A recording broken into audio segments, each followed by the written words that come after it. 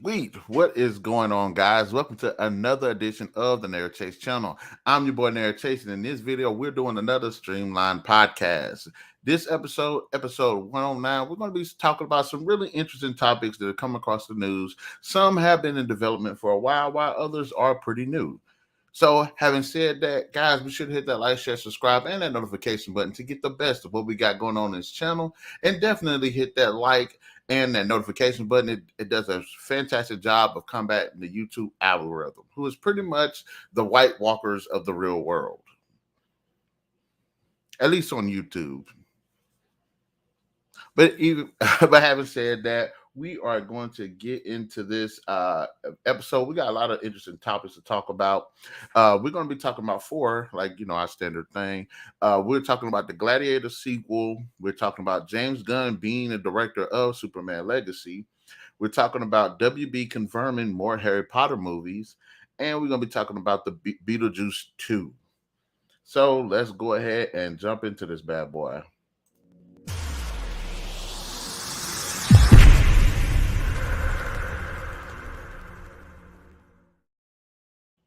All right, guys, so let's go ahead. First of all, Gladiator is actually one of my favorite films.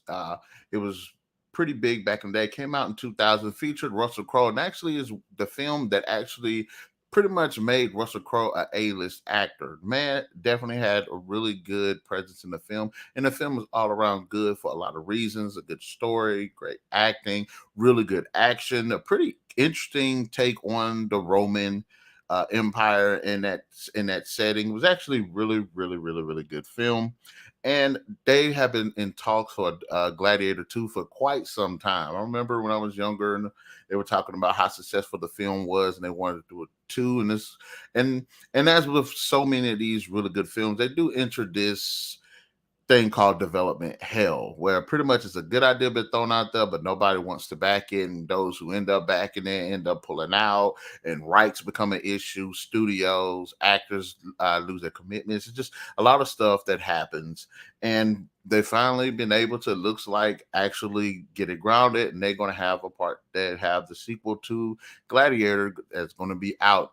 I'm not sure if it's going to be this year or next year, but if it's any indication of how good the first film was, this film definitely has some big shoes to fill. Now, I'm on the fence because one part of me wants to say it seems like we're on this trend now where we're going back into the past and we're getting these older films that probably might have had a sequel but couldn't get picked up, or weren't originally intended to have a sequel but kind of have but use kind of nostalgia and the fan base to kind of push for a sequel. Now, the biggest and most successful example of this, of course, is Top Gun and Top Gun Maverick. Top Gun came out 30 years ago. Top Gun Maverick came out and completely blew all expectations. It definitely just made its mark, and definitely this is one of the films that definitely made cinema history, probably because of how strong of a comeback it did, and particularly a bad time for the filming industry. So, and not to say that we can't have films like that come back. I mean, after all, it's not like we had Coming to America and Coming to America 2, because Coming to America 2 was absolutely garbage. Had potential to be a good sequel, but unfortunately it just wasn't. And this is going on to this is at this that point where it's like, when does it become appropriate to have a film from back in the day have a sequel? Now, this is definitely is a special circumstance because it does there was plans for a sequel. It just never went through, but now it seems like everything's going through, and I'm interested to see where they're going to take the Gladiator. Take Gladiator this time around. It's like I said, the first movie was such iconic. It had really good moments, iconic moments, great performances, and it's just hard to kind of live up to that, especially since Russell Crowe definitely was the star of the film. And how will they be able to translate that into this next film? Being able to have someone which that can have that type of star power, be able to carry the film.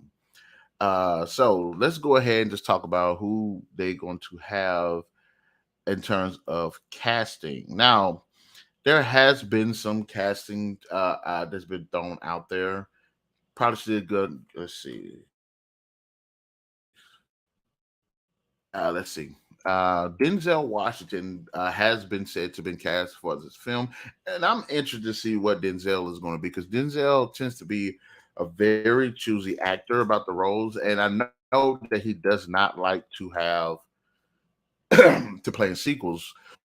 Coming across, I didn't realize. I'm like, he really does. Well, now outside of the Equalizer, no, he doesn't really do sequels. So it'll be interesting to see. And I see Denzel as more of a refined actor. I don't see him playing as like a gladiator. I see him playing as something of a political figure, maybe a ruler in his own of his own country, or maybe the advisor to a ruler. I think I cannot see him as. I mean, and he's in age, so he's not going to be running around in the gladiator arena or in any battles or anything like that. He's going to play more of a political type character. Uh, so that'd be pretty interesting. Now, the star of this film is named Paul Riscal, who is going to play the lead, which will be Lucius. And for those who don't know who Lucius is, he was the son of Lucilla, who was kind of, I'm not sure if she was if you could say she was the love interest, but she was one of the she was one of the main characters who was lived under the oppression of her brother Emperor Commodus, who was over everything. Who was his sister? Man was kind of a douche. But anyways, so he's going to be playing the adult version of the kid, and from what I can tell, it's basically mm, not really. Not they don't really say, but what it does say is Russell Crowe's character will have a certain impact on this young man, and we'll see what that impact does. Whether it's I don't think it's going to be another Gladiator thing. Where it's going to be like Gladiator in the Ring or anything like that. And if it is, it's going to be a different concept, possibly something to avert war or something, maybe a competition or something like that. But it's not going to be like the first film. It's not. I could see this being more of like, okay, these two nations are going to go to war, and maybe they can use the gladiator arena as a way of dealing with whoever comes out first, basically pulling the Mortal Kombat, if you will. Now we do have someone named Barry Keoghan, who's going to end up playing Emperor Gita. Now I've heard of him before, the actor, and I have heard some about the Emperor Gita, but I don't know much about the history surrounding the character and it involves uh, how it involves Rome and everything. But let's go down. Right now, I'm on what to watch, so I'm going to see what they have to say about it. Plot details for Gladiator 2 are currently unknown. Duh. But based on the casting, we were able to piece together that the story takes place years after the events of the first movie, of course. Though we expect the story to take a number of creative liberties as the first Gladiator did, the real history involving Emperor Gita could provide an interesting setup. Gita ruled Rome as a joint emperor with his brother Caracalla after the death of the father. But within a year, Gita was murdered as the two struggled to share power. So that's actually pretty interesting, but it doesn't really say much. And like I said, this all is pretty much up to just just your interpretation so to have anything. Now, it is said that Ridley Scott is supposedly supposed to come back to this. And of course, Ridley Scott has been coming out with some bangers, not some and some good ones and some bad ones. But he's come out with some bangers. And he's worked with Russell Crowe on different films besides Gladiator, such as Robin Hood, and he's worked with Denzel Washington, such as when, in fact, Denzel Washington and Russell Crowe when he were in the film American Gangster. So, and plus, Ridley Scott's done a lot of good films. Alien, he did Thelma and Louise, G.I. Jane, Gladiator, Hannibal, Black Hawk Down, American Gangster, Body of Lies, The Martian. Just and these are just some of the bangers. I even heard that The Last Duel and House of Gucci were extremely good films. I hadn't seen them yet, but that's just what I heard. So There are some other people that and there are some casting. There's some more casting. I hadn't been able to find out more on that, but we'll continue to try to keep y'all guys posted when more information regarding this film comes out. And having said that, we're going to move on to the next subject.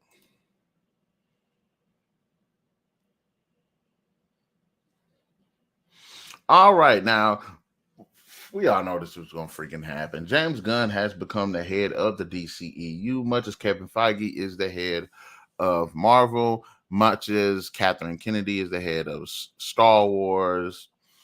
And James Gunn is here to build his new vision for the DCEU, pretty much by tearing down everything Zack Snyder did, which I haven't really came out and talked about this that much. I've done bits here and there. Look, I'm pissed. I love the DCEU. It has issues, but hell, Marvel had issues. Marvel had issues even when you look towards the original movies that came out, and they were good.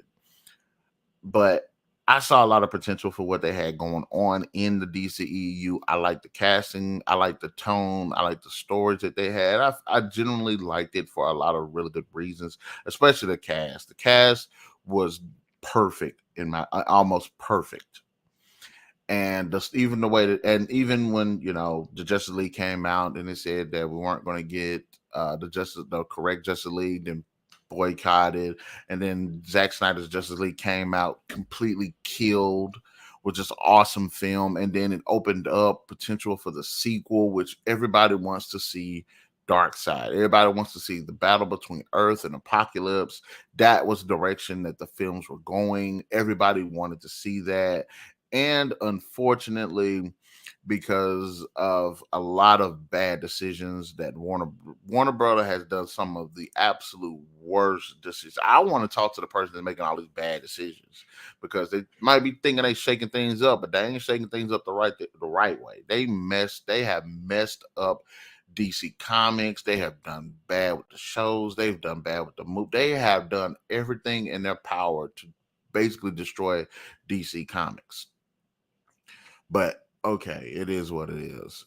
So they've gotten rid of, you know, Henry Cavill, of course, which pisses me off to this day. And for that simple fact, I probably wouldn't. I probably won't watch this film. I'm already to the point now. Marvel, I don't care. I'm not watching any more of the Marvel films.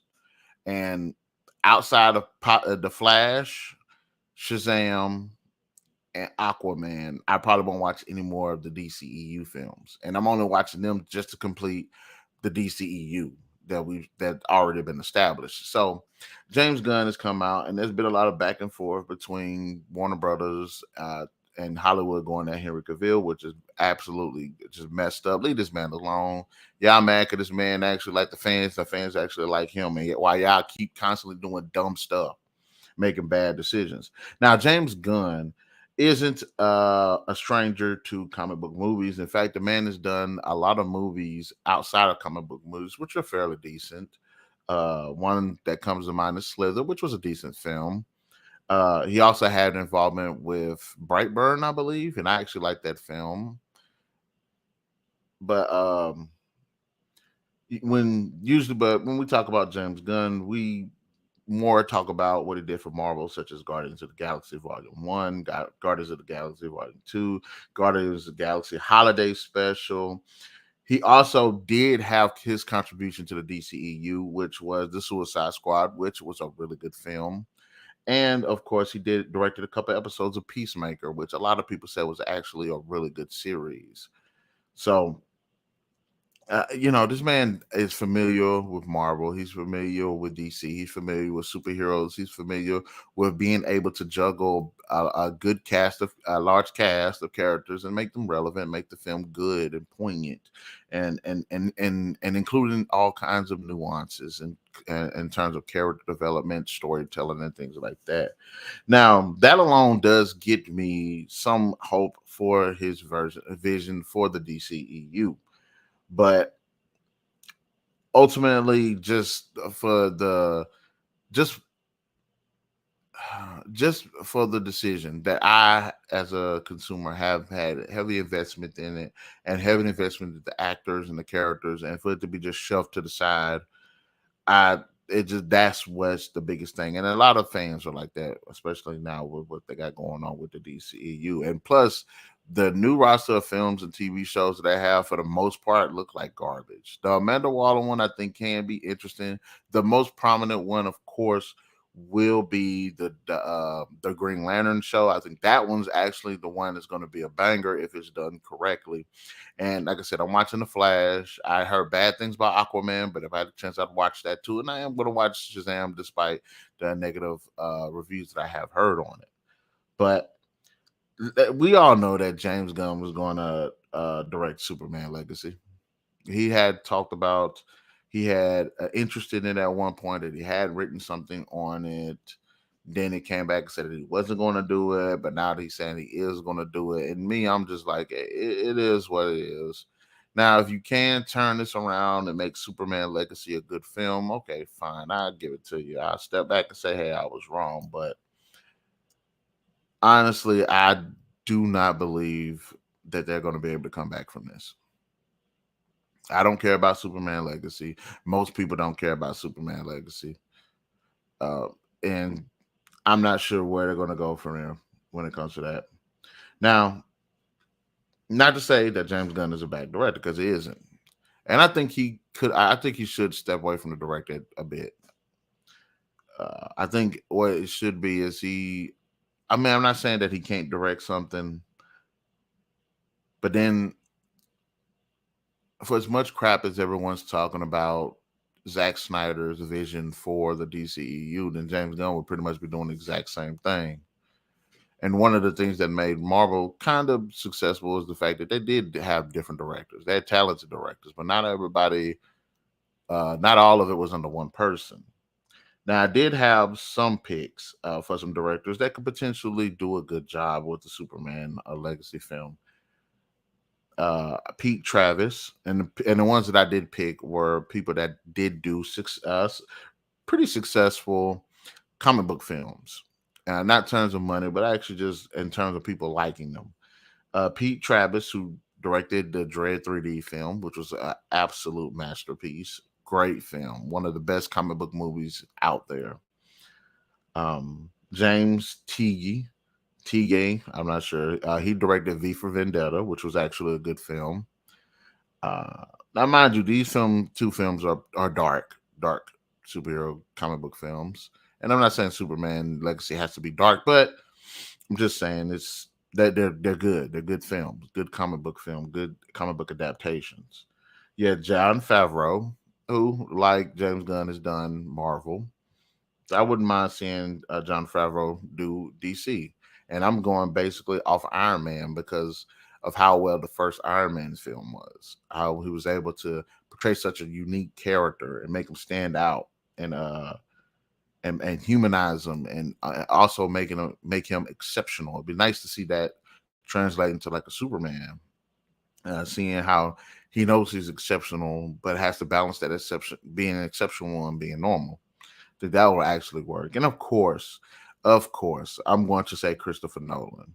Again, yes, he was dark, but he was actually to make a character, maybe to humanize a character, make the world feel real, make the setting feel real. And I think he'll do a good job of. It'd be nice to see, you know, see him try Superman. He did a good job with Batman. Why not Superman? And like I said, Christopher Nolan's got a really good um, filmography, especially with just how he's able to just make these very, very thought provoking films and not only just thought provoking in terms of dialogue and characters and, and stories, just visually too. I mean, look at Tenet. You take a look at uh, what was the film where they were going into people's memories? I can't remember now. Darn it. I hate when Inception. Yes, Inception. Of course, you got the Dark Knight films and other films as well. But yeah, Christopher Nolan is a solid director. So these are four directors I wouldn't mind picking up. That maybe if that's a collaborative effort, but I know everybody feels that because James Gunn, when he's done comic book films. He's introduced comedy because there was comedy. Of course, Guardians of the Galaxy had comedy. The Suicide Squad had comedy. Peacemaker, of course, has comedy in it. So where would that? How would that come to be? You know what I'm saying? Is Superman Legacy going to be comedy heavy too? It's going to have that James Gunn shtick with it.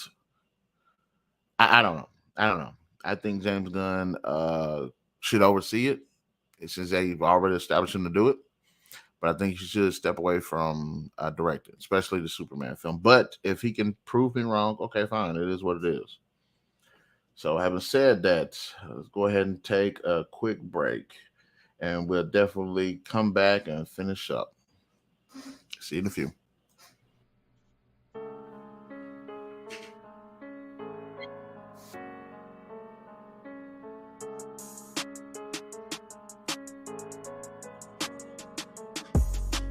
Creeping with the soft shell, my alerts. Creeping with the hunter, my alerts.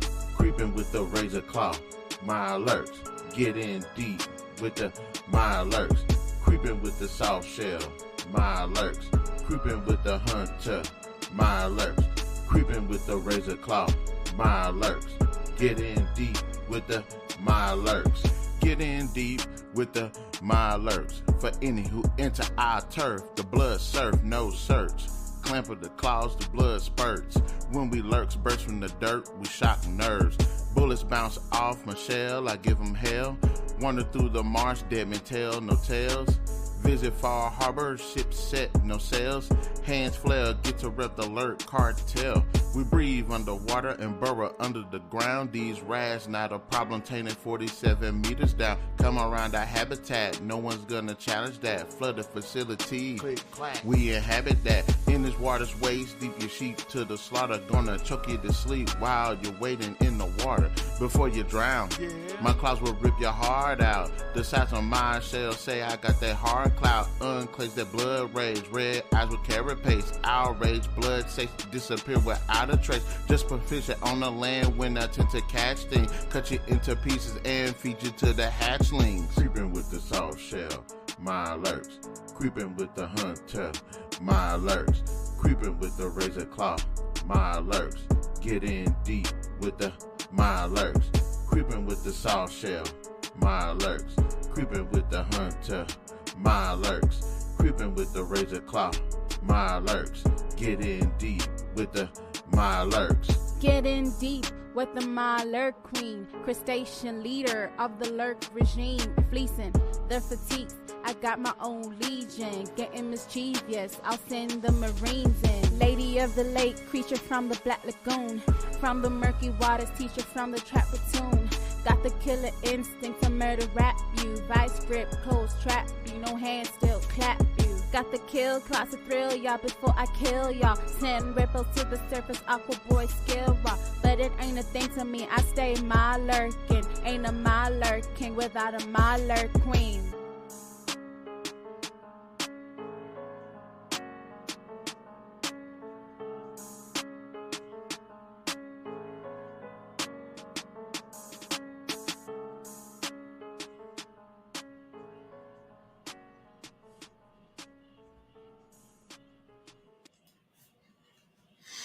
All right, then, guys, what is going on? Back from my break. I just want to sit here and give them a little recharge going. This right here has me really hyped up because I love seeing a good IP that has so much potential to have an extended universe. And honestly, I don't understand why it hasn't been established right already. Right now, Harry Potter has the capacity, has the potential to become as big, possibly, as Star Wars in terms of scope. It's already there in terms of popularity. If you think of like the top 10 IPs out there that is just dominating, their Star Wars, Star Trek.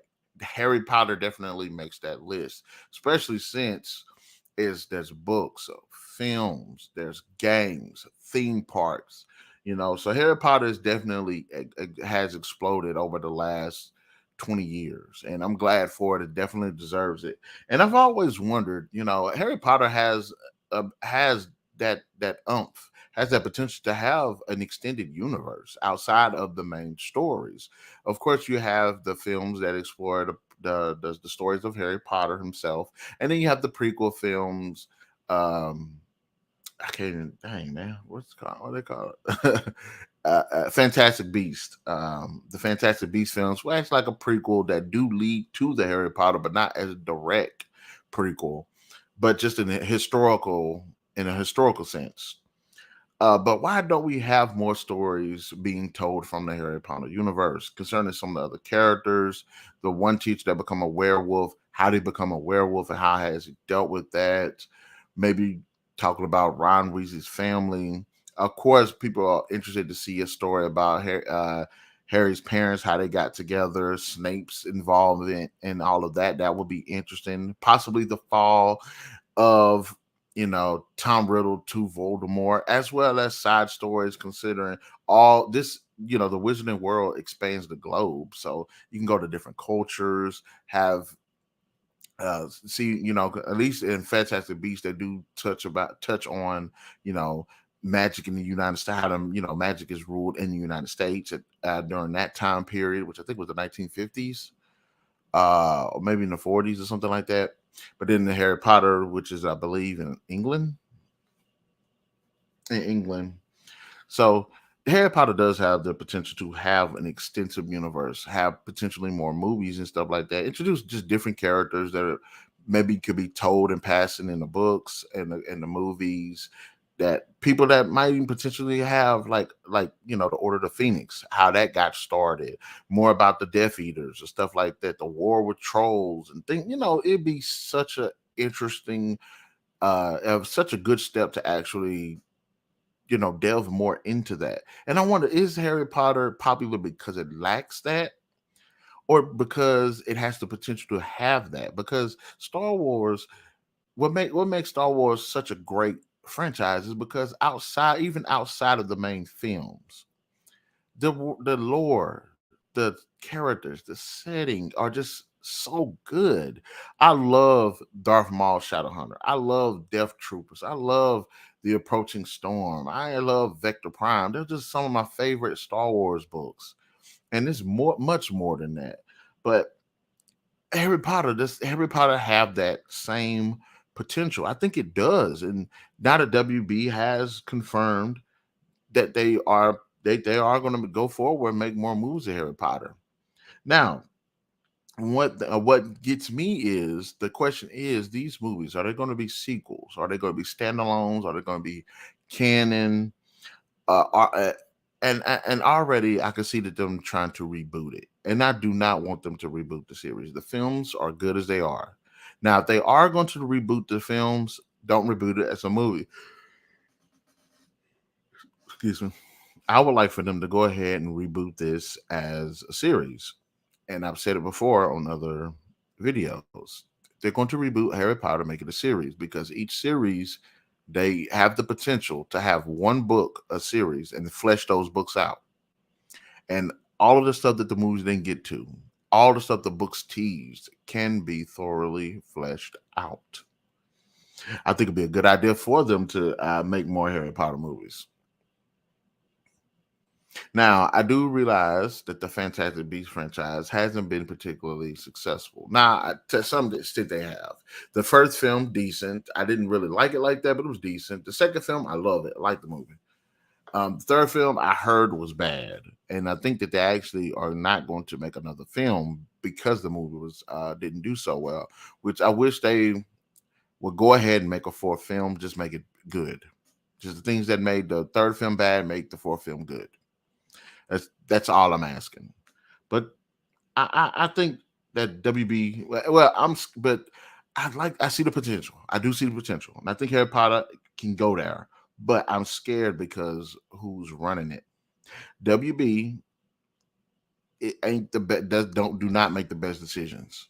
I've already covered it with James Gunn's vision for the DCEU and how bad they've screwed up DC Comics. The dumbest decisions in the regular world. If you make a decision this bad, you lose your career. I'm surprised some of these people still work there. This is how bad the decisions have been. But I'm worried because WB has the rights to the Harry Potter films. So in one sense, Harry Potter can work because of the lore itself. The other problem is WB's over it. Can we trust them not to mess this up? I don't know. Like I said, they've messed up DC Comics and they continue to make bad decisions about it. And that worries me. But like I said, going back, Harry Potter has the potential to have his own expanded universe, like Star Wars, like Star Trek, like Halo, like Gears of War. So where are we going to go from here? Right now, they're talking about, doing more Lord of the Rings films, which I wish they wouldn't do that. I wish they would get DC in order, concentrate on DC films, and if they feel like they can do two projects at once, do Harry Potter. But I see the problem with Warner Brothers is they're trying to compete with Disney. Disney juggling Star Wars, Marvel. They're juggling Indiana Jones. They're juggling a few properties, and it's not working out for them. And I think DC is trying to compete to a point where it's detrimental. So I hope that if they're going to do this, shelve Lord of the Rings for a moment, because Lord of the Rings actually has the potential for the expanded universe as well. They're going to just shelve those, concentrate on DC, fix DC, then worry about Harry Potter films. And like I said, much as I say shelve Lord of the Rings, I want to see more Lord of the Rings films, different eras, different characters, all of these different battles and situations and events that happened that weren't in the films. And we're not counting the Rings of Power. That's a load of garbage. And I think a lot of this also has to do with Hogwarts Legacy's success. Despite the boycotts, all the controversy, despite all of the hatred that the author of the Harry Potter books has garnered, the game still successful. Massively successful. One of the most successful games, from what I could tell.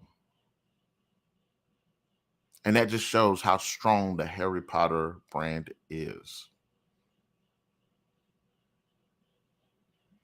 So RWB going off of that success, possibly. And I wouldn't blame them. I wouldn't blame them. And like I said, if you're going to make a TV, and they've even said the TV shows in works, I believe. I believe that it's supposed to be a live action TV series in the works, and I'm interested to see that. And this is my thing again. I wouldn't mind seeing a Harry Potter reboot being a television series because again, you can explore so much in the books that were in the books that the movies didn't touch. And I said, if it's live action, fine. Or if it's animated, go the way of possibly Avatar or My Hero Academia. I prefer live action, but I wouldn't mind an animated one. I mean, Castlevania, good. I like The Witcher animated. It was good. There's a lot of anime adaptations of live action properties or different properties that were actually pretty good. And before I leave this, I do want to say this. I hope if they do move forward with films, whether it's continuing the story of Harry Potter and his companions or not, the three leads, I do not want to see them come back. I don't. I like them in the films. I think they do a fantastic job with the performances, especially as they've aged. They've grown more into the characters, and their performances have become more deeper, more well rounded.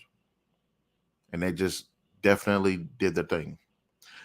But my problem with them is because of how bad they've treated J.K. Rowling and her opinions, ostracizing her, going against her in the public. This very woman that made them rich, this very woman that has done so much for so many people, don't give them an opportunity anymore. You can call it petty. It is what it is. I made you famous. You ran my name into the ground. Okay. It is what it is. So I'm interested to see where they're going to go with the Harry Potter films. I am. I just hope that they do it right. And I hope they don't try to rush it. I hope they don't put the woke crap in. And I hope they can stop trying to compete with Marvel in the same way Marvel's doing it. And that's the problem I have with DC. Stop doing it the way Marvel's doing it. Do it your own way. That's one reason I like the Justice League film compared to the Avengers film. The Avengers film had these characters build up to the film. I don't mind introducing these characters in the Justice League film, and then each one of them get their separate thing. It happened with what happened. Wonder Woman after that film. After that film, highly successful. Aquaman, highly successful. In fact, those films were more successful than the original films for the Marvel films, or just as successful. And they did it backwards. So I'm interested in seeing the Harry Potter films. I'm just a little nervous because it's WB. Moving on.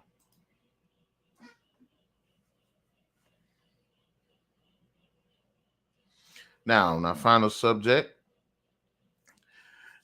I spoke about this earlier with Gladiator.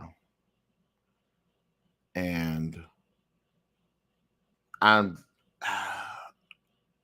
it's something I like. I did grow up with this film.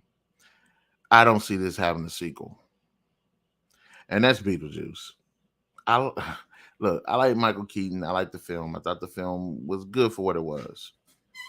Bit of a black comedy. I did like Gina Davis, Alec Baldwin, Winona Ryder. They had some really good names attached to the film. It was a good film for what it was, and of course, it sparked the television show, the cartoon animated one, which I really enjoyed. That show. That show was just freaking awesome, just freaking awesome. But honestly, and this is one of those films that yes, they had a sequel. See, the film was so popular, got such a popular, got so popular in the public eye that they wanted to do a sequel, but it just again went through development hell. And I'm asking myself, a couple of years ago they were talking about bringing back Beetlejuice, and I'm like, do we really need to see another Beetlejuice film? I mean, what more story can we tell with Beetlejuice? Now, obviously, the animated show, told delved more into the character, delved more into the Netherworld, where Beetlejuice existed, and the sandworms and all the kooky characters that existed there in the afterlife. Like they did a fantastic job of exploring that in the show, even though the show and the movie kind of do feel like two different things. Especially in the movie, Beetlejuice has seemed more bad, more like a bad guy compared to his cartoon counterpart, which is another point I did want to talk about. But do we really need a Beetlejuice 2? And it just seems like they're just going for nostalgia. And like I said, Michael Keaton was a good actor before this film, and he blew up because of this film. This film is what led him to playing the Batman. So Tim Burton is expected to direct. And Tim Burton is one of my favorite directors. He's done a lot of bangers.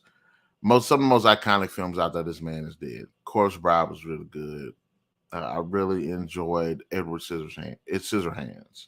Tim Burton is, I believe he did the Planet Apes remake, which a lot of people didn't like. I actually liked it. I thought it was artistically looking. I thought it artistically looked good. I thought the film was an interesting take on it. Uh, Interesting take on the Planet Apes, and I enjoyed it. I enjoyed it for the most part, even though Mark Wahlberg isn't the best actor. He's okay, just not a deep actor. No, nothing against him. But I think some of the biggest news outside of Tim Burton returning, possibly returning to direct the film, and Michael Keaton, of course, returning as the titular character, is that Gina Ortega is expected to be cast in this film as well. And of course, everybody has to possibly attribute this to not only her being a pretty up and coming actress, because she's been in a lot of films lately. She was in Wednesday. She was in which is where a lot of people know her from, and which is why I would attribute to her possible casting to be in this role. Of course, she was in the Scream film. She was in that one film about illegal aliens. I can't remember what it's called now, but I watched it and she was in it. In fact, I'm gonna look up her filmography because I want to get. She's definitely become an up and comer, coming actress.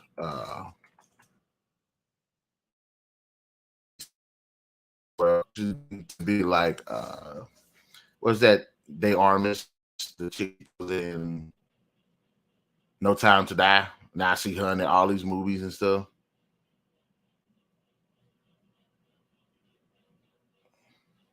Can't remember her freaking name.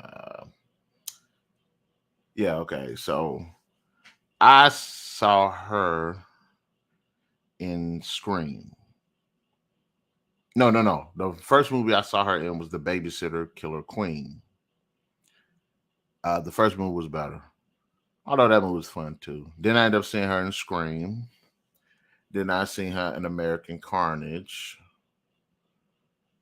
I think I seen her. No, I didn't see her in X.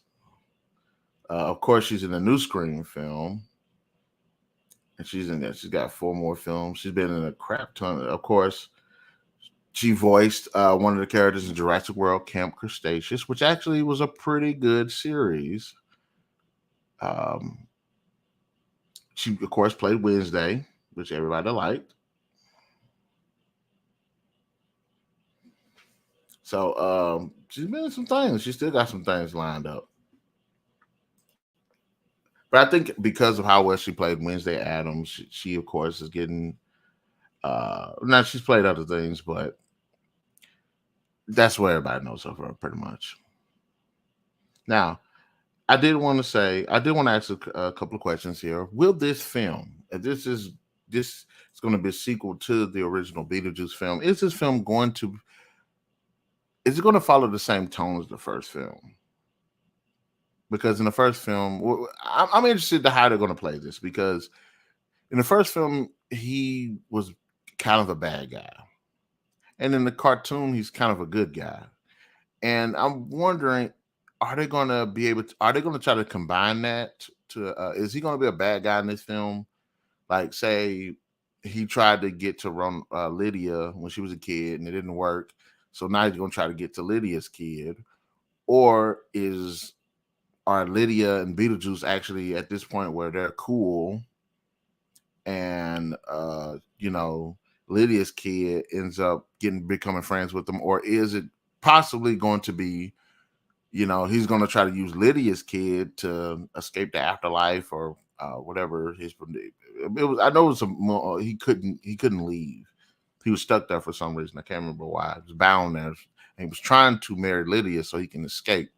And I wonder if that's going to be the same thing, except it's going to be with Lydia's daughter. And also, if we're going to go that route, if Alec Baldwin and Gina Davis characters are ghosts, how do they explain their absence? Because this has been 30 years. Now, Michael Keaton is going to get away with the Beetlejuice because he's going to have his makeup on. But what about Alec Baldwin and Gina Davis, especially Alec Baldwin, what he's going through? So it'll be interesting to see how they're going to address that. And also, going back to what I was saying, is this going to be the Beetlejuice we saw from the movie, or is this going to be a Beetlejuice that we saw from the cartoon? Because I don't want to see the same Beetlejuice from the movie, because then we'll be practically rehashing the story of the first film, which I don't want that. But I also don't want the total shift change of him just going to be a good guy like he was in the cartoon unless the story can support it. Hey, he learned his lesson and him and Lydia became friends, or Lydia can still considers him a threat. It's an interesting way that they can go about doing this. I'm not sure which way they're going to go. But at first I wasn't keen on the whole idea of a Beetlejuice film, much like when I heard Michael Keaton was supposed to be coming back as Batman. I didn't want to see that. He had his time, move on.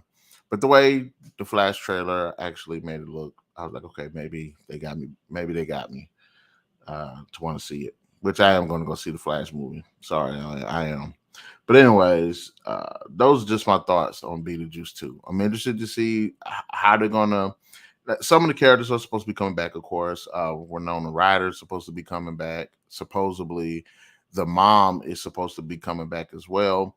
I'm not sure about most of the other characters that were in the film, so we'll see how that goes as well. I'm interested to see overall what the story is going to be like. Hopefully, they do manage to blend a bit what they had in the movie with some of what they had in the cartoon. I think that'll work out good enough if they can blend it well. But that's it. Having said all that, guys, in the comment section below, we talked about four really interesting topics, and I want you to give me your general thoughts on them. What do you think about Gladiator sequel? Has it been too long, or can we make still a good sequel?